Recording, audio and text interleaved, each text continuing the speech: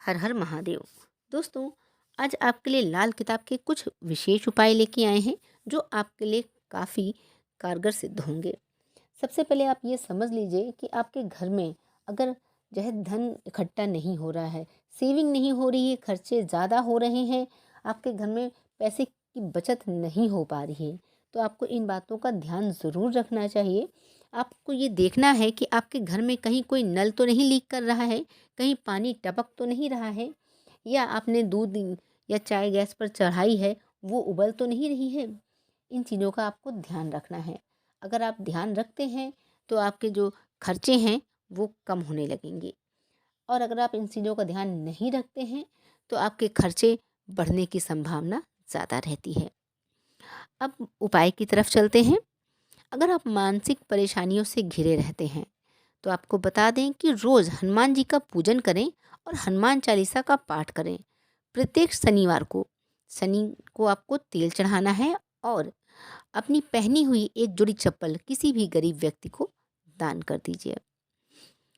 आपको बता दें कि अगर आप चाहते हैं कि मेरे बेटा या बेटी की आयु लंबी हो, उसका स्वास्थ्य उत्तम रहे, तो इसके लिए आपको एक काला रेशम का डोरी लेनी है और ओम नमो भगवते वासुदेवाय नमः का जाप करते हुए उस डोरी में थोड़ी थोड़ी दूर पर आपको 7 गांठें लगानी है। उस डोरे को बच्चे के गले में या कमर में आप बांध दीजिए। अगर आपका बच्चा है या बेटी है या बेटा है, उसका उत्तम स्वास्थ्य रहे, दीर्घायु रहे, इसके लिए ये उपाय है। आपको एक काला रेशम का धागा लेना है, डोरी ले लेनी है, और उसमें ओम नमो भगवते वासुदेवाय नमः का जाप करते हुए उस डोरी में आपको 7 गांठें लगानी हैं। उस डोरी को बच्चे के गले या कमर में बांध देना है। बच्चे को दीर्घ आयु और उत्तम बनाने के लिए एक और उपाय बता रहे हैं। प्रत्येक मंगलवार को आपको बच्चे के सिर पर से कच्चा दूध 11 बार उतार देना है और किसी जंगली कुत्ते को शाम को पिला दीजिए। बच्चा आपका दीर्घायु होगा। तीसरा उपाय बता रहे हैं, ये उपाय उनके लिए है जो बीमार रहते हैं। तो उनको सोते समय अपने सिरहाना पूर्व की ओर रखना है और अपने सोने वाले कमरे में एक कटोरी में सेंधा नमक के कुछ टुकड़े रख लें। इससे सेहत ठीक रहेगी। चौथा उपाय बता दें, ये उनके लिए है जो चाहते हैं कि मेरा प्रेम विवाह शीघ्र ही हो जाए और उसमें कोई अड़चन ना हो।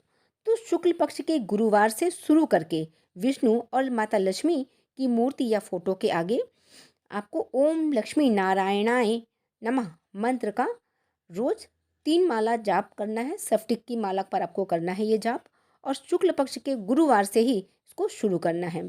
3 महीने तक हर गुरुवार आपको मंदिर में प्रसाद चढ़ाना है और उसको बांटना भी है, और भगवान से विवाह की सफलता के लिए प्रार्थना भी करनी है। पांचवा उपाय ये उसके लिए है जिनको नौकरी में सफलता नहीं मिल पा रही है, वे प्रमोशन नहीं हो रहा है, परेशान रहते हैं।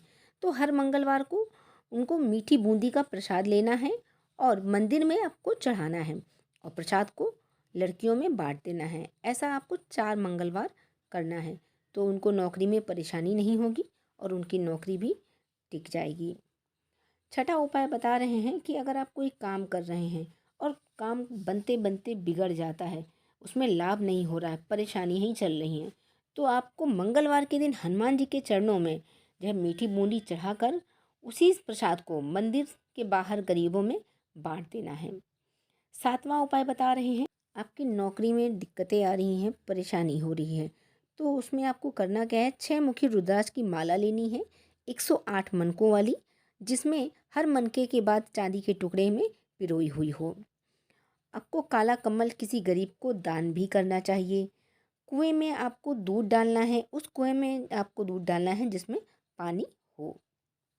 आठवां उपाय बता रहे हैं कि अगर आपका प्रमोशन नहीं हो रहा है, तो गुरुवार को किसी मंदिर में पीले वस्तुएं जैसे खाद्य पदार्थ है, फल, कपड़े इत्यादि का आप दान करें, और हर सुबह नंगे पैर घास पर चलें। अगला उपाय उनके लिए है जो चाहती हैं कि मेरे पति मेरी बात सुने, मेरा ध्यान रखें और किसी के बातों में ना आए।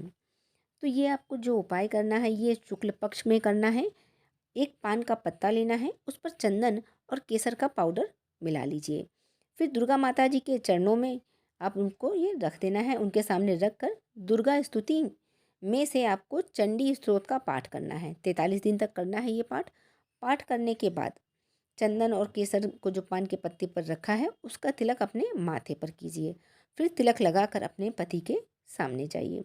यदि पति वहाँ पर ना हो तो उनकी फ़ोटो के सामने जाएं। और पान का पत्ता रोज़ नया लेना है आपको। और जो पत्ता आप लेंगे उसको ध्यान रखनेंगे कि वो साबुत हो, कटा फटा ना हो कहीं से। और जो रोज़ पान आप पूजा में प्रयोग कर रहे हैं उनको एक जगह अलग रखते जाइए। 43 दिन बाद उन पत्तों को यह बहते हुए जल में प्रवाहित कर दें। शीघ्र ही आपकी समस्या का समाधान हो जाएगा। तो उम्मीद करते हैं ये जो जानकारी है, जो उपाय हैं, आपके लिए लाभकारी सिद्ध होंगे।